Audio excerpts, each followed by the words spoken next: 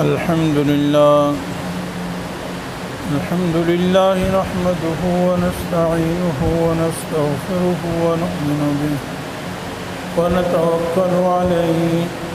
ونعوذ بالله من شرور أنفسنا ومن سيئات أعمالنا من يهده الله فلا مضل له ومن يضلله فلا هادي له ونشهد أن لا إله إلا الله وحده لا شريك له ونشهد أن سيدنا ومولانا محمدا عبده ورسوله أرسله إلى كافة للناس بشيرا ونذيرا وداعيا إلى الله بإذنه وسراجا منيرا أما بعد فأعوذ بالله من الشيطان الرجيم بسم الله الرحمن الرحيم يا أيها الذين آمنوا اتقوا الله وكونوا مع الصادقين وقال تعالى اهدنا الصراط المستقيم صراط الذين أنعمت عليهم غير المغضوب عليهم ولا الضالين صدق الله ورسوله النبي الحبيب الكريم ونحن على ذلك لمن الشاهدين والشاكرين والحمد لله رب العالمين. اللهم صل على محمد وعلى آل محمد كما صليت على إبراهيم وعلى آل إبراهيم إنك حميد مجيد. اللهم بارك على محمد وعلى آل محمد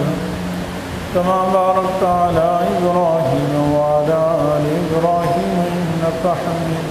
مجيد. سب تعریفیں اللہ جل جلالہ کی دی ہیں.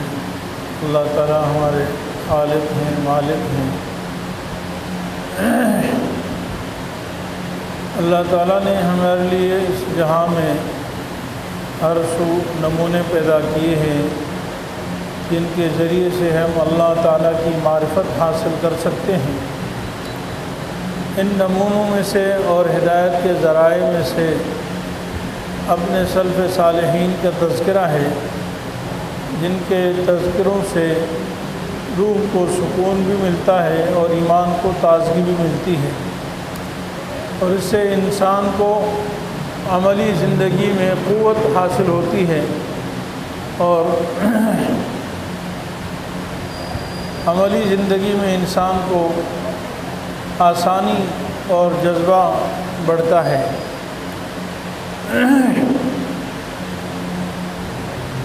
میرے عزیز بھائیوں،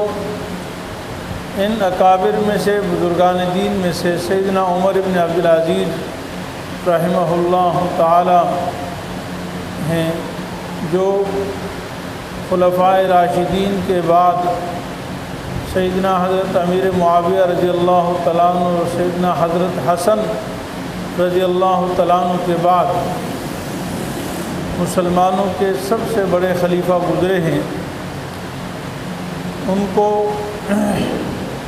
بنو امیہ کی 92 سالہ خلافت تھی. اس میں سے جو 2.5 سال کی خلافت حضرت عمر بن عبدالعزیز رحمہ اللہ نے کی ہے، علماء فرماتے ہیں کہ یہ گویا کہ تاریک دور میں روشنی اور سورج کی مانند ہیں. اس لیے آج مختصر ان کا تذکرہ کرتے ہیں، کیونکہ آج کل سوشل میڈیا پر شام میں ان کا جو مقبرہ ہے اس کی بے حرمتی وغیرہ کا کیونکہ بہت زیادہ تذکرہ چل رہا ہے، تو ہمیں کچھ نہ کچھ یہ معلوم ہو کہ سیدنا عمر بن عبدالعزیز رحمہ اللہ کون ہیں. آپ سادات قبیلے سے تھے اور اللہ تعالیٰ نے آپ کو بہت بڑی تقوی، ورع، پرہیزگاری عطا فرمائی تھی. مسلمانوں نے آپ کو جہاں 8واں خلیفہ شمار کیا ہے، وہاں بعض نے آپ کو 5واں خلیفے کا لقب دیا ہے. یعنی خلفائے راشدین کے بعد گویا کہ عمر بن عبدالعزیز کا عدل و انصاف یہ سب سے زیادہ ہے۔ اور مسلمانوں نے آپ کو عمر ثانی بھی کہا ہے، یعنی ایک عمر تھے سیدنا عمر ابن خطاب رضی اللہ تعالیٰ عنہ، جن کی عدالت اور صداقت اور ان کی خلافت قیامت تک کے لیے نمونہ ہیں۔ تو ان کے بعد دوسرے عمر جو آئے ہیں وہ ہیں حضرت سیدنا عمر بن عبدالعزیز رحمہ اللہ تعالی۔ سیدنا عمر بن عبدالعزیز رحمہ اللہ جب خلیفہ بنے تو خلافت کی عمر ٹوٹل 2.5 سال تھی، لیکن 2.5 سال کے اندر 2.5 سالوں میں عمر بن عبدالعزیز رحمہ اللہ نے ملک کے اندر عدل اور انصاف، مظلوموں کی مدد اور ایسے قوانین 2.5 سالوں میں جاری کیے۔ ایک حدیث پاک میں آتا ہے کہ ایسا زمانہ آئے گا کہ اس زمانے میں کوئی شخص چند درہم یا چند دینار یا سونے کی کوئی ڈلیا لے کر وہ پورے شہر کو چھان مارے گا اور اس سے وہ زکوٰۃ وصول کرنے والا کوئی نہیں ہوگا، اس سے زکوٰۃ وصول کرنے والا نہیں ہوگا۔ عمر بن عبدالعزیز رحمہ اللہ کے زمانے میں بھی لوگ ایسے خوشحال تھے کہ ایسے واقعات کئی پیش آئے کہ ایک شخص پورے شہر میں گھومتا رہا اور اس سے کسی نے زکوٰۃ وصول نہیں کی، یا کئی لوگوں نے کہا کہ بھائی مجھے تو ضرورت تھی لیکن پوری ہو گئی، اب مجھے ضرورت مزید کی نہیں ہے، یا میں پہلے صاحب نصاب نہیں تھا اب میں صاحب نصاب ہو گیا۔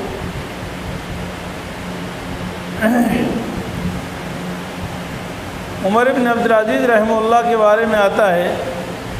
کہ تواضع اور عاجزی اور انکساری اس قدر تھی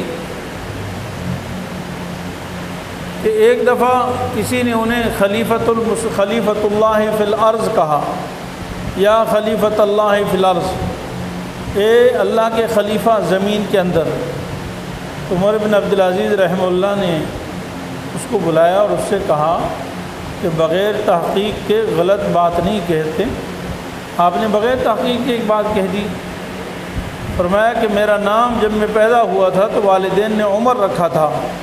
اگر تم مجھے عمر سے پکارو گے تو یہ بہت اچھا ہے، اور جب میں جوان ہوا تو میں نے اپنے لیے کنیت ابو حفص رکھی، تو ابو حفص کے ذریعے سے مجھے پکار لو، یہ بھی بہترین ہے۔ اور پھر جب تم نے مجھے اپنے امارت کے لیے منتخب کر دیا کہ میں مسلمانوں کا امیر ہو گیا، تو امیر المؤمنین مجھے بنا دیا گیا، تو اس لیے اگر تم امیر المؤمنین کے لقب سے بھی مجھے پکارو تو چلو اس سے بھی میں خوش ہوں گا اور یہ مناسب ہے، لیکن تم نے آج ایسا لقب دیا جس کے بارے میں تمہیں علم نہیں ہے، تم کہتے ہو کہ اللہ کے خلیفہ زمین کے اندر، اللہ کی خلافت کے مجھ جیسے لائق ہرگز نہیں ہوتے، میں اللہ کی خلافت کا لائق نہیں، اللہ کی خلافت کے لائق حضرت سیدنا داؤد علیہ السلام ہیں، حضرت سلیمان علیہ السلام ہیں، اور حضرت سیدنا محمد صلی اللہ علیہ وسلم ہیں، اور اسی طرح دیگر انبیاء علیہ السلام ہیں۔ قرآن کریم میں آتا ہے یا داؤد انا جعلناک خلیفۃ فی الارض، اے داؤد ہم نے تمہیں زمین کے اندر خلیفہ بنایا ہے۔ تو حضرت کا اشارہ اسی طرف تھا کہ اپنا خاص خلیفہ بنا کر تو انبیاء علیہ السلام کو زمین میں بھیجا جاتا ہے، لہذا مجھے خلیفہ مت کہو۔ عمر بن عبدالعزیز رحمہ اللہ کا ایک اور واقعہ آتا ہے، فرماتے ہیں کہ ایک دفعہ دوپہر کے وقت قیلولہ کے لیے اپنی مجلس سے اٹھے اور باہر نکلے، ساتھ میں کچھ محافظ بھی تھے، تو راستے میں ایک شخص کچھ لپیٹے ہوئے کسی کپڑے میں لپٹا ہوا ہے، کچھ چیز اس کے ہاتھ میں تھی۔ محافظوں نے سمجھا کہ شاید یہ دشمن ہے اور تلوار وغیرہ اس کے ہاتھ میں ہے، یا کوئی اور ایسی چیز جس سے آپ کو نقصان پہنچائے گا، اس لیے محافظ تھوڑا سا آگے بڑھے اور ان کو روکنے لگے کہ بھائی تمہارے پاس یہ لپٹا ہوا کیا ہے؟ اس شخص کو یہ خوف ہوا، اس شخص کے ہاتھ میں جو تھا وہ ایک گتے میں بند ایک درخواست تھی، یعنی کتابی شکل میں اس زمانے میں جس طریقے سے لکھا جاتا ہوگا، ایک درخواست تھی، اس نے خلیفہ کے نام پر لکھی، لیکن اس کو کاغذ میں یعنی کپڑے میں لپیٹا ہوا تھا۔ اس کو یہ ڈر ہوا کہ شاید یہ مجھے درخواست دینے نہیں دیں گے اور رکاوٹ بن جائے گی، لہذا اس نے جلد بازی میں کہ حضرت عمر بن عبدالعزیز رحمہ اللہ کو میری درخواست پہنچ جائے، اس نے وہ اسی طرح ان کی طرف پھینکی۔ جب پھینکی تو ان کا دھیان نہیں تھا، ان کے چہرے پہ جا کر لگ گئی اور اس گتے وغیرہ سے ان کا چہرہ زخمی ہو گیا اور خون بہنے لگا۔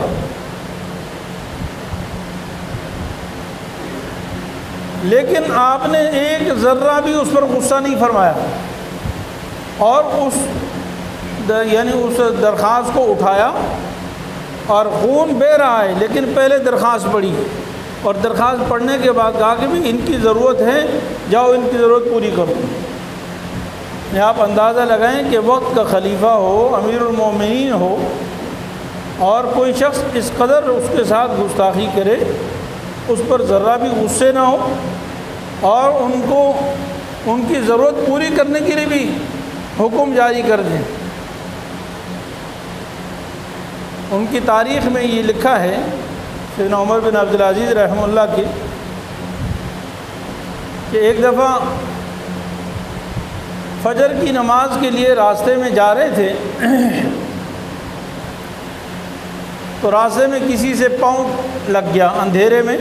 کوئی شخص سو رہا تھا تو اس سے پاؤں ٹکرا گیا، اس کو نیند سے جاگ آ گئی اور غصہ آ گیا اور وہ کھڑا ہو گیا کہ تمہیں تمیز نہیں ہے، بلکہ اس نے کہا کہ کیا تم پاگل ہو؟ تو سیدنا عمر بن عبدالعزیز رحمہ اللہ نے اس کو کہا کہ نہیں، میں پاگل نہیں ہوں، لیکن جو آپ کے پاس محافظ تھا وہ آگے بڑھا اس کو مارنے کے لیے، یہ بدتمیزی کر رہا ہے خلیفۃ المسلمین کے ساتھ یا امیر المومنین کے ساتھ۔ تو حضرت عمر بن عبدالعزیز رحمہ اللہ نے فرمایا کہ دیکھو آپ کیوں اس کو مارنے کے لیے آگے بڑھ رہے ہو، چھوڑ دو اس کو۔ انہوں نے کہا اس نے آپ کے ساتھ بدتمیزی کی۔ فرمایا کہ میرے ساتھ تو کوئی بدتمیزی نہیں کی ہے، اس نے تو مجھ سے پوچھا ہے کہ تم پاگل ہو، میں نے جواب دے دیا کہ میں پاگل نہیں ہوں، اس میں بدتمیزی کی کیا بات ہے؟ یعنی اس نے مجھ سے سوال کیا کہ کیا تم پاگل ہو، میں نے اس کو جواب دے دیا کہ میں پاگل نہیں ہوں، اس میں بدتمیزی کی کون سی بات ہے؟ یہ اصل میں ورع، تقویٰ، پرہیزگاری، اللہ تعالیٰ جن کو حضور صلی اللہ علیہ وسلم کی نیابت عطا فرماتے ہیں انہیں اللہ تعالیٰ ایسے کمالات عطا فرماتے ہیں۔ چنانچہ حدیث پاک میں آتا ہے، رسول اللہ صلی اللہ علیہ وسلم کی زندگی سے بھی ہمیں یہی سبق ملتا ہے کہ آپ صلی اللہ علیہ وسلم بھی حتی الامکان اگر کوئی مخالف دشمن کی طرف سے کوئی ایسی بات آتی تو اس کو اچھی تعویل کرنے کی کوشش فرماتے تھے، نہ کہ اس کو بڑھانے کی۔ آج ہمارا کسی سے کوئی دل دکھ جائے، کوئی پریشانی ہو جائے یا کہ ہمارا مخالف کوئی بات کر دے تو ہم اس کی کئی تعویلات نکال لیتے ہیں۔ نبی کریم صلی اللہ علیہ وسلم کے بارے میں بخاری شریف کے اندر حدیث ہے کہ مشرکین مکہ آپ صلی اللہ علیہ وسلم کو گالیاں دیتے تھے، لیکن نفرت کے ساتھ، نفرت کی وجہ سے آپ کا نام نہیں لیتے تھے، کیونکہ آپ کا نام تو محمد ہے اور محمد تو بڑا عظیم الشان نام ہے، جس کا معنی بہت تعریف کیا ہوا، جس کی ہر کوئی تعریف کرے، تو وہ محمد نام لینا برداشت نہیں تھا۔ تو چنانچہ وہ نبی کریم صلی اللہ علیہ وسلم کو گالیاں دیتے تھے، لیکن آپ کا نام نہیں لیتے تھے، مزمم کہتے تھے، محمد کی بجائے مزمم، اور وہ گالیاں دیتے تھے۔ مزمم معنی جس کی بہت زیادہ مذمت کی گئی ہو، برائی کی گئی ہو۔ تو صحابہ کرام اجمعین بعض دفعہ آپ سے فرماتے کہ یا رسول اللہ ہم آپ کا دفاع کریں، ہم آپ کا دفاع کریں، یہ آپ کو گالیاں دیتے ہیں اور آپ کا نام بھی بگاڑتے ہیں، اگر آپ فرمائیں تو ہم ان کو جواب دیں۔ آپ صلی اللہ علیہ وسلم نے فرمایا کہ ارے میرا دفاع تو رب العالمین نے فرما دیا ہے، جو ساری کائنات کا رب ہے، تم دیکھتے نہیں ہو کہ دن رات وہ مزمم کو گالیاں دیتے ہیں، وہ انا محمد، وہ تو مزمم کو گالیاں دیتے ہیں، مجھے تو گالیاں، میں تو محمد ہوں،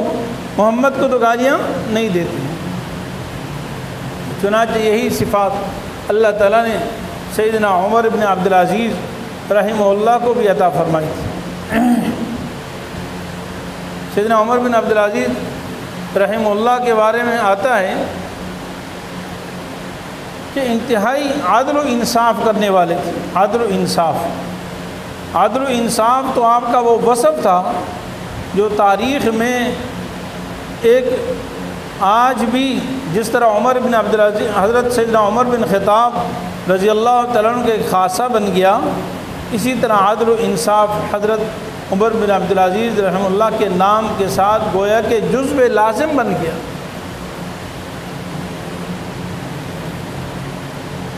چنانچہ ذرہ بھر اگر ظلم ہوتا تو اس کو برداشت نہ فرماتے۔ صحابہ کرام رضی اللہ عنہم اجمعین کے اس طرح واقعات آتے ہیں، لیکن صحابہ کرام کے بعد یہ واقعہ یعنی اس طرح کے واقعات یہ ایسے اکابر کے یعنی حصے میں اللہ نے ڈالے ہیں۔ حضرت سیدنا معاویہ امیر معاویہ رضی اللہ تعالیٰ عنہ کے بارے میں آتا ہے کہ ایک دفعہ ایک قوم سے ان کی صلح تھی، اور صلح کا معاہدے کا ایک زمانہ تھا، وہ زمانہ ختم ہونے کے قریب تھا۔ جب صلح کا زمانہ ختم ہو جائے تو اس کے بعد لڑائی کی اجازت ہوتی ہے۔ تو چنانچہ معاہدہ جب ختم ہونے کے قریب تھا تو اس سے پہلے ہی سیدنا امیر معاویہ رضی اللہ تعالیٰ نے لشکر اور فوج سرحد پر بھیج دیے، تاکہ جیسے ہی صلح کا زمانہ ختم ہوگا اس کے بعد دشمن پر حملہ کر دیا جائے گا اور ان کو اس کی خبر نہیں ہوگی۔ اور یہ دشمن فوج کو اور مجاہدین کو جو سرحد پر بھیجا یہ کوئی چند قدموں پہ نہیں تھا بلکہ ہزاروں میل دور تھا، یعنی کئی ہزار میل دور لشکر بھیجا اور کہا کہ یہاں سرحد پر بیٹھو اور جیسے معاہدہ ختم ہوگا اس کے بعد حملہ کر دیں۔ لیکن حضرت سیدنا سعد بن ابی وقاص رضی اللہ تعالیٰ عنہ حضرت امیر معاویہ رضی اللہ تعالیٰ عنہ کے پاس آئے اور فرمایا کہ امیر معاویہ،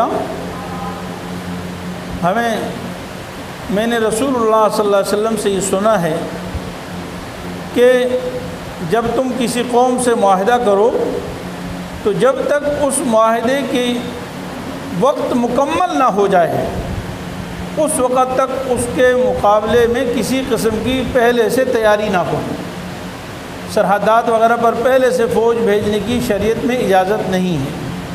جب معاہدے کا وقت ختم ہو جائے گا اس کے بعد تیاری کریں، اور یہ گویا کہ وعدہ خلافی میں آتا ہے، پہلے سے تیار کر لیا اور عین وقت پر حملہ کر دیا۔ چنانچہ ایک حدیث سن کر رسول اللہ صلی اللہ علیہ وسلم کی ایک فرمان سن کر حضرت امیر معاویہ رضی اللہ تعالیٰ عنہ نے ہزاروں کا لشکر سرحد سے واپس بلا لیا کہ واپس آ جاؤ،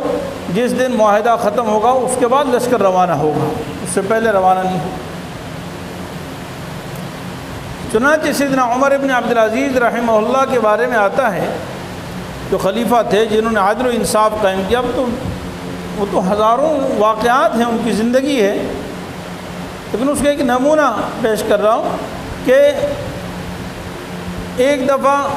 سمرقند کے کچھ ذمی جو کفار ہیں وہاں کے لوگ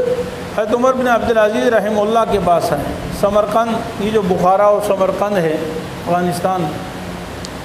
اور انہوں نے عمر بن عبدالعزیز رحمہ اللہ سے یہ گزارش کی کہ آپ کے گورنر نے، آپ کے حاکم نے، عامل نے جو ہمارے قریب میں حکومت کر رہے ہیں، انہوں نے ہمارے اوپر یک بارگی حملہ کیا، پہلے ہم سے کسی قسم کی بات چیت نہیں کی۔ وہ ہم سے آ کے بات کرتا، ہمارے سامنے اسلام رکھتا، ہمیں دعوت دیتا، اور پھر وہ ہم سے اگر ہم نہ مانتے یا کوئی بات ہوتی تو اس کے مطابق ہم سے لڑائی کرتا۔ لیکن بغیر کسی تیاری کے اور پہلے سے کہیں کسی قسم کی دعوت دیے، اطلاع دیے بغیر ہمارے شہر پر اس نے حملہ کر لیا ہے اور ہمارے اوپر حکومت قائم کر لی ہے، اور وہ آپ کا نائب اور جانشین ہے، آپ کی طرف سے وہ گورنر ہے۔ حضرت عمر بن عبدالعزیز رحمہ اللہ نے ان ذمیوں کی شکایت سنی اور فوراً اپنے گورنر کو ایک خط بھیجا اور فرمایا کہ میرے پاس ایک شکایت آئی ہے، اس شکایت کو حل کرنے کے لیے ایک قاضی مقرر کرو، وہ قاضی ان کا مقدمہ سنے گا، آپ کی بات بھی سنے گا اور ان ذمیوں کی بات بھی سنے گا، اور اگر قاضی اس آپ کے عمل کو غلط قرار دے دے تو آپ اس علاقے سے پوری حکومت ختم کر دو اور ان کے حوالے کر دو۔ چنانچہ ایسا ہی ہوا، قاضی مقرر ہوئے، اور قاضی نے جب پوری تفصیل سنی، تو قاضی بھی عمر بن عبدالعزیز رحمہ اللہ کا قاضی تھا، اس نے پوری تفصیل سننے کے بعد فیصلہ کیا کہ یہ جو قبضہ ہوا ہے مسلمانوں کی حکومت کے اندر، یہ جو سارا علاقہ آیا ہے یہ غلط طریقے سے آیا ہے، اس میں بنیادی طور پر جو شرائط تھی وہ پوری نہیں ہوئی۔ چنانچہ وہ سارا کے سارا علاقہ دوبارہ ان کافروں کے حوالے کر دیا، دوبارہ ان کے حوالے کر دی۔ لیکن جب ذمیوں نے دیکھا کہ ہم چند لوگ عمر بن عبدالعزیز کو شکایت کرنے گئے اور ہماری شکایت پر عمر بن عبدالعزیز نے ہم سے لی ہوئی حکومت یعنی ہماری زمین پر مکمل قبضہ چھڑوا دیا، اور پھر کہا کہ ان کے قاضی نے بھی اتنا انصاف کا فیصلہ کیا کہ بجائے اس کے کہ اپنے مسلمانوں کے حق میں فیصلہ کرتا، اس نے کافروں اور غیر مسلم ذمی مشرکین کے حق میں فیصلہ کیا۔ جب انہوں نے یہ فیصلہ سنا تو ان سب نے متفقہ طور پر اس گورنر سے بھی اور اس قاضی سے بھی کہا کہ ہم سب اسلام قبول کرتے ہیں، اور ہم میں سے جو شخص اسلام قبول نہیں کرتا وہ آپ کی ماتحتی قبول کرنے کے لیے 100% تیار ہے۔ ہم نے آج تک ایسا انصاف اپنے اندر کبھی نہیں دیکھا، چنانچہ دوبارہ آپ کی حکومت قائم ہوگی۔ تو جب انصاف آدمی کرتا ہے تو اللہ رب العالمین پھر صرف مسلمانوں کے کردار، مسلمانوں کے اخلاق، مسلمانوں کی روایات کو دیکھ کر، مسلمانوں کے اقدار کو دیکھ کر، اسلامی تہذیب کو دیکھ کر پھر ہزاروں نہیں لاکھوں لوگ اسلام قبول فرماتے ہیں۔ لیکن جب مسلمان اپنے صحیح طریقے پر ہوں، عمر بن عبدالعزیز رحمہ اللہ کے بارے میں آتا ہے، حضرت انس بن مالک رضی اللہ صحابی رسول ہیں، کیونکہ ان کو طویل عمر اللہ نے عطا فرمائی تھی، انہوں نے حضرت عمر بن عبدالعزیز کو دیکھا،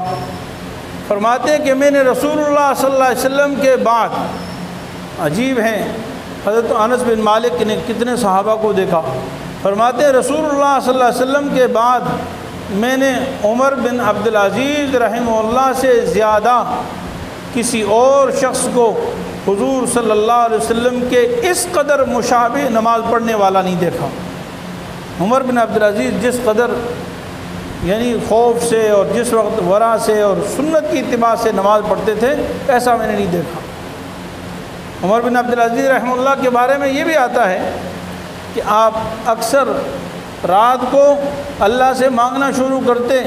اور بیٹھے بیٹھے ہی سو جاتے ہیں، اور پھر جاگتے تو آنکھوں میں آنسو اور پھر رونا شروع کر دیتے کہ میں غفلت سے سو گیا تھا،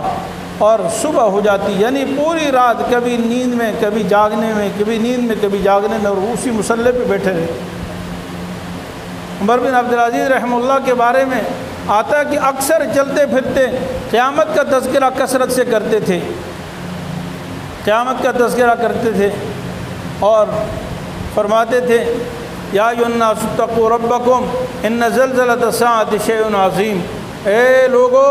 اللہ سے ڈرا کرو، اپنے رب سے ڈرو، بے شک قیامت کا جھٹکا بہت بڑا ہے، قیامت کا جھٹکا بہت بڑا ہے۔ چنانچہ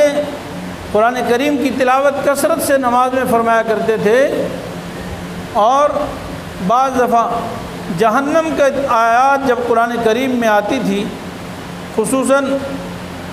سورہ مومن کی آیات ہیں، اذ الاغلال فی اعناقہم والسلاسل یسحبون فی الحمیم ثم فی النار یسجرون، یعنی توق گریبان میں ہوں گے اور ان کو جہنم کے اندر ان کو گھسیٹا جائے گا، اور پھر وہاں جلیں گے۔ یہ آیتیں اس طرح کی جہنم کے بارے میں جو سخت وعید کی آیتیں ہیں وہ پوری رات پڑھتے رہتے تھے اور فجر کر دیتے تھے۔ بہرحال اللہ رب العالمین نے بہت تقوی اور ورع عطا فرمایا تھا۔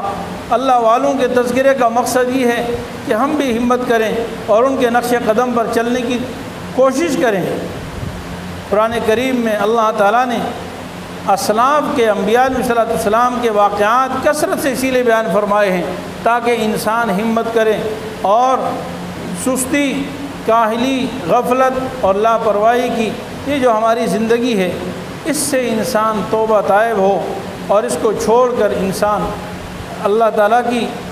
عبادت میں اور عبدیت میں اور اللہ تعالیٰ کی راضی کرنے کے کاموں میں اپنی زندگی لگائے۔ اللہ تعالیٰ ہمیں ان اسلاف کے نقش قدم پر چلنے کی توفیق عطا فرمائے اور قیامت کے دن اللہ تعالیٰ انہی کے ساتھ ہمارا حشر فرمائے۔ وآخر دعوانا ان الحمد للہ رب العالمین۔